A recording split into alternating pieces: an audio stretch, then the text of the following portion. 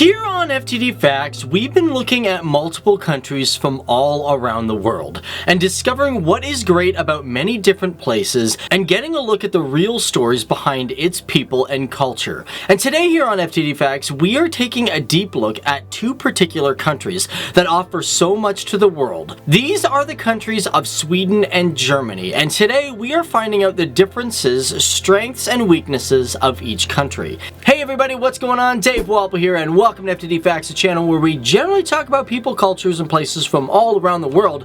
And for us, here on this channel, we are doing something a little bit different, and yes, that is comparing two different nations. Now here on the channel, we decided to talk about Sweden and Germany and compare the two because, well, first of all, we did a video on Sweden and we haven't talked about anything Sweden related in the last 3 months, and Germany is one of our more recent videos that is getting a lot of attention, so we figured let's combine the two and find out what is different and similar about these great countries. Now before we get into it, letting you guys know this video is brought to you by Grammarly.com, and with that in mind, I want to know, what country are you from? If you are from one of these countries, I want to know what you like about your country. Let me know down there, but let's get started on the facts. So to dive right into it, Germany and Sweden are two big, powerful players. One a Nordic country and one a European country. And as close as they are to each other, the people within these countries have their own customs, rules, and ways of doing things. Now, Germany is a country that has a population of 82.7 million people as an estimate for 2017, with a population density of 227 people per square kilometer. Now, Sweden, on the other hand, is a country that has approximately over 10 million people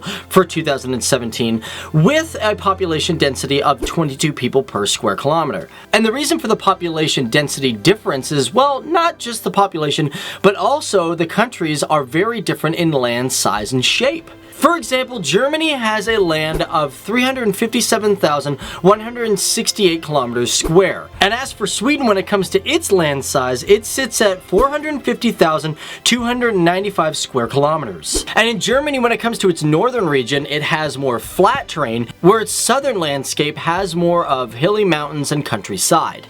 However, Sweden is more or less actually heavily forested, with 69% of the country being filled with forests. And of course, besides population, land size, population density, and landscape, we should look more at the economy and the GDP of these two countries.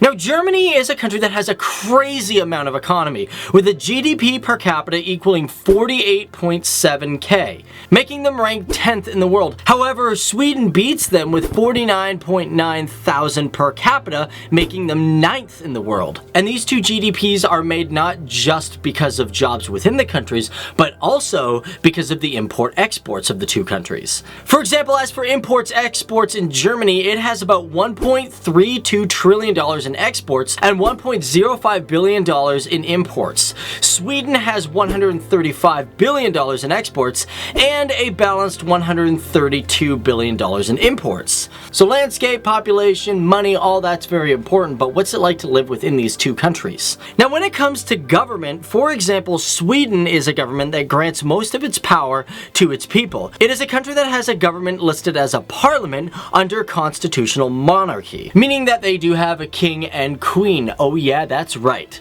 And within the government of Sweden, citizens have their own individual rights, such as the right to free information of the government, rights to vote, as well as healthcare when it comes to its citizens. Because in Sweden, they have socialized medicine that is fueled from its taxes. And even though this central healthcare exists, there is also still private healthcare. As well, when it comes to life expectancy, in 2015, the expectancy of an individual within Sweden was 82.55 years. Now, Germany is a democratic federal parliamentary republic. It has a constitution that states its rights for its citizens. Some of their rights include the right to vote, the protection of its citizens, but as for healthcare, well, their healthcare system is different than some of the other countries in Europe, and it is different from Sweden's. For example, Germany's healthcare is actually the oldest in all of Europe, dating back to the 1880s. Now for them, their healthcare isn't actually taken from taxes, but they have what is called sickness funds. Now these sickness funds are a system of healthcare insurance which is compulsory for all German citizens. But however, for people who make under 50,000 euros a year, they are put into a public non-profit sickness fund. And most of all, these sickness funds are generally paid through employer and employee contributions. Germany also is a country that does indeed have private healthcare, but as for its life expectancy, it's 81.09 years as of 2015. Now dipping into the military, let's take a look at Sweden. Sweden is a country that has approximately 22,500 active military personnel, with somewhere between 22,000 to 34,500 in reserve. To be honest guys, I couldn't get an actual number on the reserve units because I heard one thing from one source and one thing from another source, so I said it's probably within that ballpark. However, on March 2nd of 2017, Sweden announced that it will bring gender-neutral conscription back in 2018, and this means they will randomly choose about 4,000 people to join the military. And these will all be individuals born in 1999 and they will serve for 12 months. Now also keep in mind when it comes to its military, although they don't have a huge military, this is because Sweden has not participated in any wars in the last 200 years. Pretty much it's in their rules, they just don't want to go to war. They, as a government and as a people, just say, nope, we're staying out of every single war, even World War II. In Germany, however, mandatory military service stopped in 2011. And in today's world, they have approximately 180,000 active personnel, with about 30,000 in reserve. So one thing that is very important when it comes to looking at these two countries, again, it's not whether or not one country is better than the other, but we should look at the Human Development Index. And when it comes to figuring out the HDI of these countries, we have to break it down by each country in terms of literacy, schooling, average lifespan, and much more. Now for the literacy rates of both Sweden and Germany, they have not been recorded by the UNESCO organization,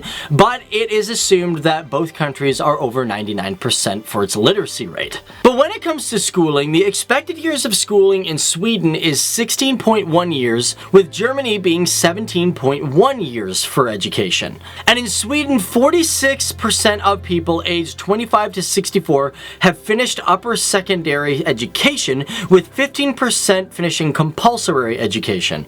And in Sweden, of course, your schooling is absolutely free, but the one thing is 85% of students actually finish school with major debt. As a matter of fact, Sweden has the highest debt ratio out of any developed country in the world, and this is simply due to the fact that the rent and cost of living is really high in Sweden. So they're not going in debt because of school, they're going in debt because of other reasons.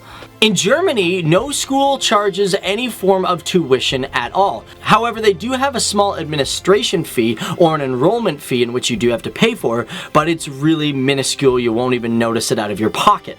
And this free education is not only available to its students, but is also available to international students as well. And the reason for this is because in Germany, they feel that the fees for school are socially unjust, and these rules were put in effect in 2014. Overall, Sweden has about 30 universities of higher education, whereas Germany has 400 universities.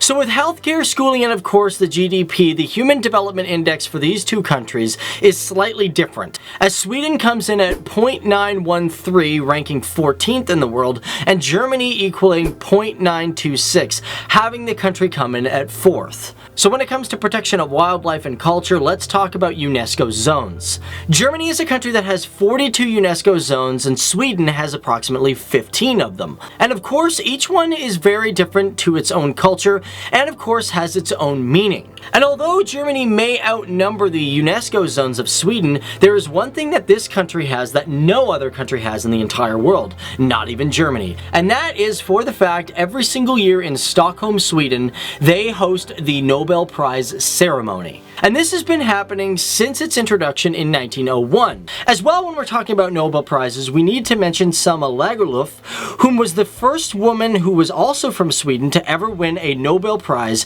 which happened in 1909. And if we're going to talk about really interesting traditions that are held annually, such as the Nobel Prize ceremony, we should probably mention that the Christmas tree that is usually put up once a year around Christmas time came from Germany. And many scientists believe that this actually began back in the 16th century when Christians brought trees into their home and began decorating them. And as for other achievements within Germany, we can say that Germany has hosted the Olympics 3 times and has won a total of 1,681 medals as of 2017. 547 are gold, 567 silver, and 567 are bronze. But as for Sweden, it's one of the most progressive countries in the entire world, and it definitely has a record that no other country can claim. Because although in 1944 this country allowed for same-sex activity, it was in 1972 that this country was the first country to allow transgenders to legally change their name after they had their sexual orientation surgery. But either way, guys, that is us just looking at unique differences between these two countries. What are your thoughts on this, guys? Because here on FTD Facts, we don't really like to take sides at which one is better, as each country has its own positives and negatives. So let us know your thoughts down below of what you like about your country and what you like about other countries as well. My name is Dave Walpole, and I want to thank all you out there, all you viewers, for tuning in and learning about 2 really good, powerful countries here on FTD Facts. As always, on this channel, we take a lot of recommendations from you guys. So if you guys know other 2 countries that you want to see go up against each other, let us know down there in the comments section below. As always, if we missed some really interesting facts, be sure to let us know. And here on FTD Facts, when it comes to Sweden and Germany, we've actually talked about each country individually. We've talked about Sweden a couple of times. We've just recently talked about Germany. So the links for that are going to be down there in the description box below or at the end of this video. On top of that, guys, this video has been brought to you by Grammarly.com. Check these guys out, guys. They have a free program that can help improve your English. So these are the countries of Sweden and Germany. 2 countries that both have a lot going for it, either being an economic powerhouse that gives materials and wealth to the world, or a country that leads in front, giving a model for equality and fairness for all. And no matter who we are as human beings and where we are from, our story will always be different from one and another's.